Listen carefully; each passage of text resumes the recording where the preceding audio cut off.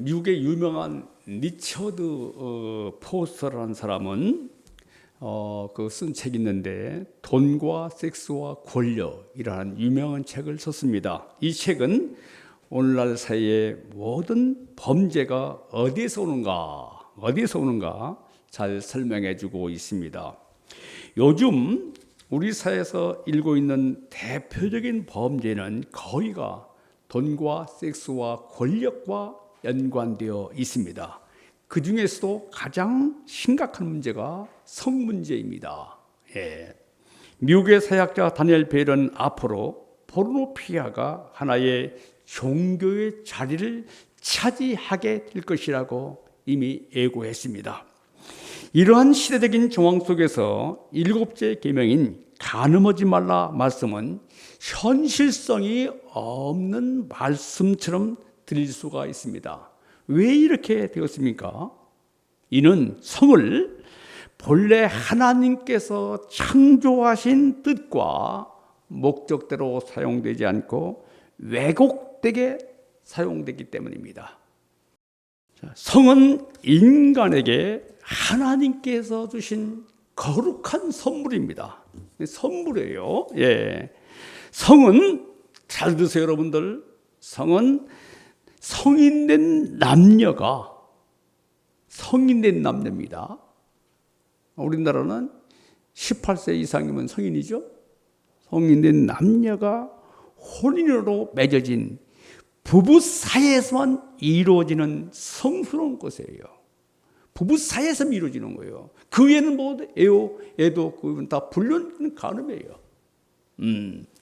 그런데 인간이 죄로 타락한 이후에 하나님의 뜻이 아니라 인간의 욕망대로 성이 사용되고 있습니다.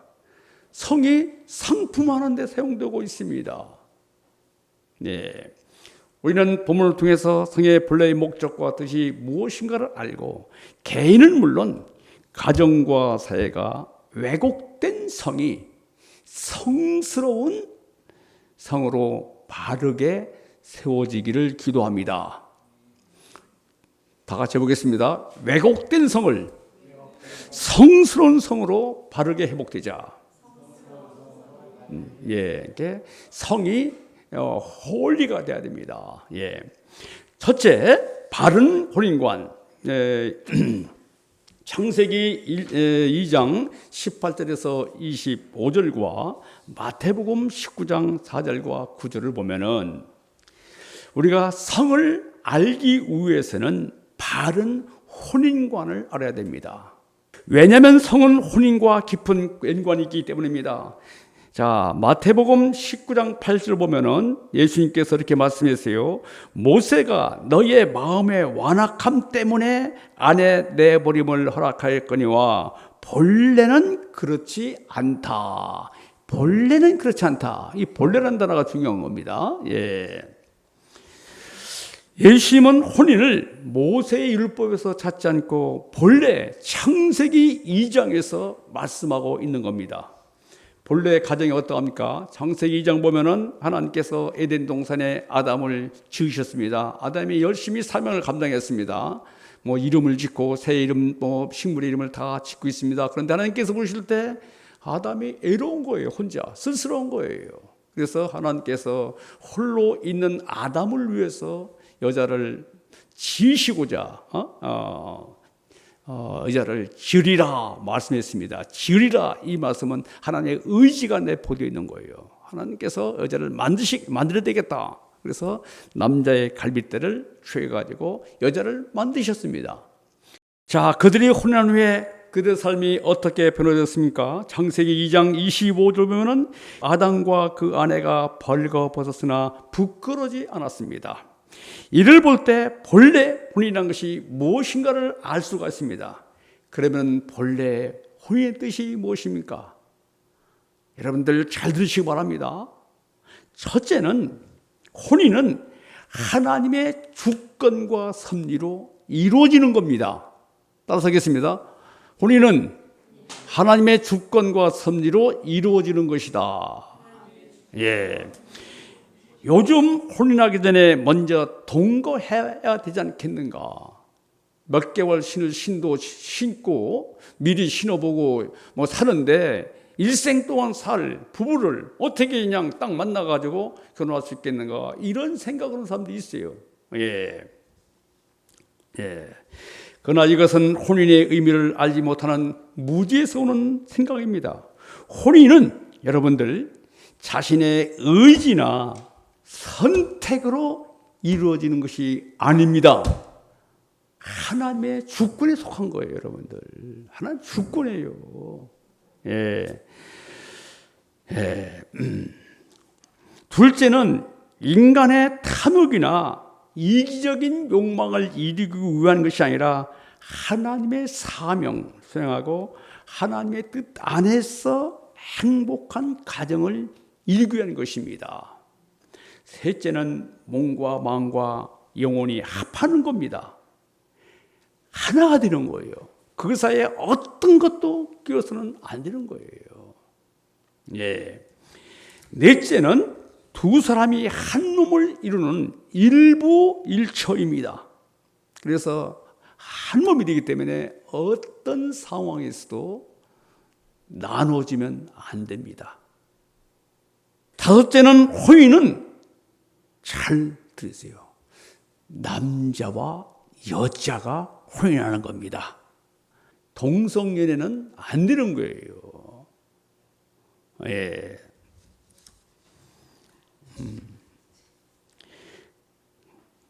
그리고 사회적인 승인이 있어야 됩니다. 사회적인 승인 없이 동거하는 것은 본래 하나님의 뜻이 아닙니다. 여덟째는 남자와 여자는 동등합니다. 동등해요. 그러나 각기 역할이 있습니다. 오륜 상강에도 부부유별이라고 했어요. 부부별, 여자가 할 일이 있고 남자가 할 일이 있는 거예요. 요즘은 그냥 뒤죽박죽 돼 있어요. 그냥 뒤죽박죽. 자, 남편은 가정의 머리입니다. 그리고 남편은 지식을 따라 아내와 동거하고 연약한 그릇이요 생명의 은혜를 유업으로 함께 받을 자로 아내를 귀하게 여겨야 됩니다. 여자를 귀히 여기는 가정은, 사회는 건강하고 아름다운 가정이요 사회가 됩니다. 아내는 여러분들 바라는 배필이 아니라 돕는 배필입니다. 이를 종합한다면은 하나님께서 인간에게 주신 은혜로운 성은 하나님의 선물이다. 그런데 요즘 혼인이 어떠합니까? 상대적인 가치관으로 세속적인 욕구, 충족과 어떤 성적인 매력을 보고 선택해요. 그래서 뭐 필이 꽂혔다. 필이 꽂혔다.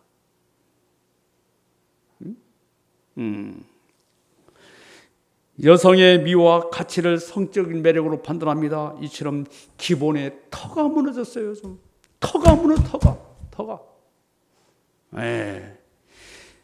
이제 혼인이 하나님께서 창조하신 본래대로 회복되고 본래의 혼인으로 돌아가야 될 줄로 믿습니다. 아멘. 자, 두 번째는 왜곡된 성입니다. 마태복음 5장 27절에서 32절을 참조하면 되겠습니다. 그 하이델베르그 요리문답 보면 있잖아요. 그 가늠하지 말라 실계명을 이렇게 그 구체적으로 열거하고 있어요. 하나님은 모든 불륜을 정죄하신다. 혼인 생활과 독신 생활에서 순결하게 살고 절제하며 살아야 된다. 이렇게 말씀하고 있어요. 순결을 뜻하는 것이죠.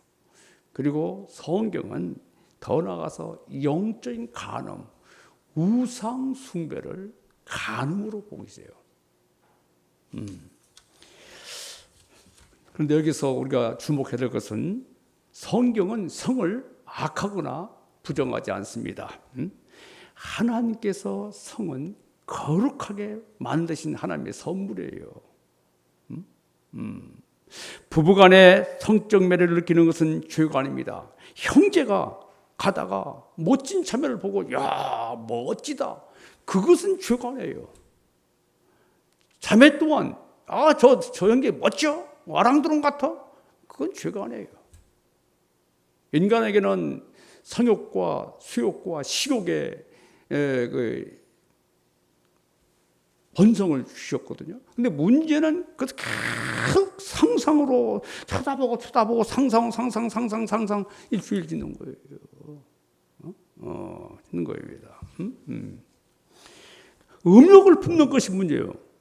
우리가 아름다운 장미꽃을 보고 야 장미? 저건 장미네? 저거는 아름답네? 그것은 죄가 아니잖아요. 근데 그것을 꺾어다가 우리 집에 갖다 놓을까? 그것은 죄예요. 의지가 포함된 죄예요. 의지가 포함되면. 간음은, 불륜은, 성적인 문제는 근절되지 않는 뿌리가 아주 깊습니다. 그러면 세상에 남자만 있고 여자만 있으면 죄를 안 질까요? 예, 그렇지 않습니다. 로마서 3장 20절 보면은 모든 사람이 죄를 범하였음에 하나님의 영광에 이르지 못한다 했습니다. 그 간음은 한순간에 이루어집니다. 불륜, 성적인 죄악은. 그런데 영원한 형벌에 따릅니다. 신령 은혜가 점점 멀어져요. 사탄의 앞잡이로 사게 됩니다. 그리고 다른 것은 몸 밖에서 이루어지는데 간음은, 성적인 죄악은 몸 안에서 이루어집니다. 거기는 반드시 죄악의 씨가 나오는 거예요. 그것이 누구입니까? 다윗이 그런 범죄를 했잖아요. 예. 그리고 하나님과 원수가 되고, 또 계시록 21장 8절 보면은 후에는 불과 영으로 타는 못에 영원히 참여하게 됩니다. 자, 그러면은 성스러운 성, 왜곡된 성을 성스러운 성으로 바꿔야 합니다. 따라서 있습니다. 왜곡된 성을 성스러운 성으로 바꾸자. 예. 첫째는 우리가 알아야 될 것은 누구도 성 문제에 있어서는 장담할 수가 없어요. 젊은이나 늙은이나 장담할 수가 없어요. 그러기 위해서 우리는 항상 어떻게 해야 되겠어요? 자기 의를 포기하고 나는 깨끗해, 거룩해? 아닙니다. 자기를 포기하고 십자가에 나가서 사제의 은총을 덧입어야 됩니다. 따라서 하겠습니다. 자기 의를 포기하자. 십자가에 나가서 하나님의 은총을 덧입자. 예. 요한복음 8장에 보면은 현장에서 간음하다 잡힌 여인이 나오고 있거든요. 사람들은 막 그 여자를 막 그냥 돌로 막 쳐 죽이려고 돌을 들고 막 나왔습니다. 그때 예수님께서 이 여자 어떻게 하면 좋겠습니까? 예수님께 물어봤습니다. 이 여자 어떻게 하면 좋겠습니까? 예수님께서 뭐라고 말씀했습니까? 죄 없는 자가 먼저 돌을 던져, 이렇게 말씀드렸죠. 먼저. 그러니까 저기 보니까 죄가 있거든요. 그러니까 다 슬금슬금 돌 놓고 다 주랭이랑 쳤다는 말씀이 나오지 않습니까? 예. 우리는 모두 똑같은 죄인들입니다. 행동으로 옮기지 않았을 뿐 마음으로 모두 죄를 지은 사람들이에요. 따라서 우리는 내가 죄인이구나 고백하고 십자가 앞에 나가서 죄를 회개하고 사제의 은총을 덧입어야 될 줄로 믿습니다. 누구든지 자기 죄를 들고 예수님께 나가면은 피 묻은 손으로 다 끌어 안으시고 그의 죄를 용서하시고 모든 죄를 깨끗하게 씻어주시는 은혜의 주님이십니다. 우리는 회개해서 나도 너를 정죄치 아니하노니 다시는 죄를 범치 말라. 우리 예수님의 음성을 듣기를 기도합니다. 둘째는 성령의 적극적인 도움을 받아야 됩니다. 자, 우리가 어떻게 이성에게 마음을 뺏기지 않고 상상에 빠지는 것을 막을 수 있습니까? 특히 우리 직장에 다니는 분들은 젊은 이성들이 둘러싸여 있는 곳에서 종일 직장 생활하고 있거든요. 자, 이런 사람들에게 우리는 매일매일 이런 마음으로 죄를 질 수 있거든요. 어떻게 이길 수 있어요? 우리는 나의 의지로 안 돼요. 안 됩니다. 의지로는. 성령을 의지해야 됩니다. 따라서 성령을 의지하자. 성령은 거룩한 영입니다. 눈을 뽑으려고 작정한 것처럼, 손을 잘라버리는 것처럼 아주 비장한 각오로 바로 성령을 의지해야 됩니다.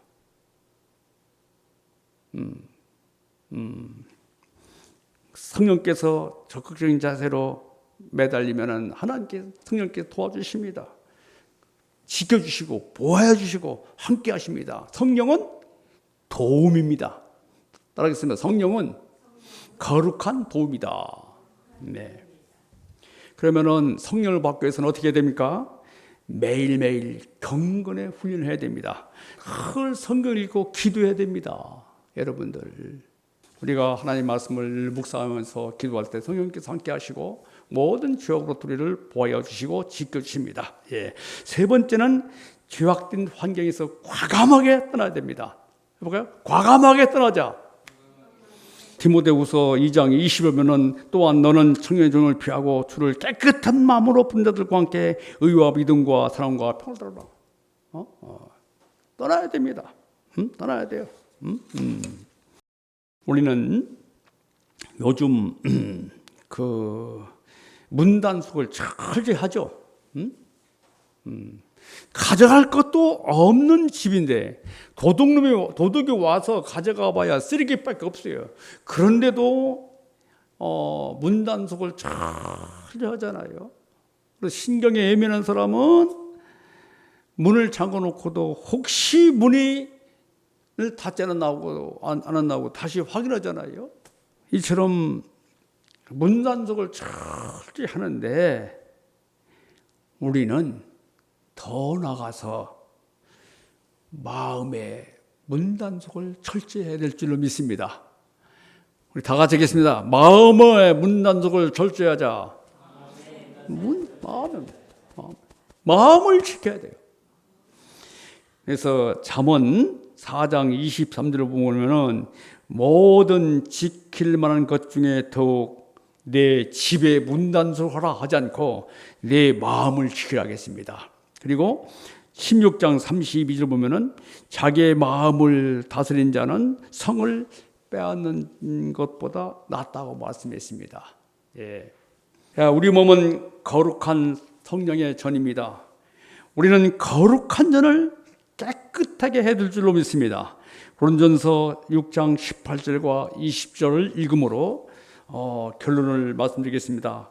음행을 피하라. 사람이 범하는 죄마다 몸밖에 있거니와 음행하는 자는 자기 몸에 죄를 범하니라. 너의 몸은 너희가 하나님께로부터 받은 바 너희 가운데 계신 성령의 전인 줄을 알지 못하느냐. 너희는 너희의 것이 아니라 값으로 산 것이 되었으니 그런즉 너희 몸으로 하나님께 영광을 돌리라. 아멘.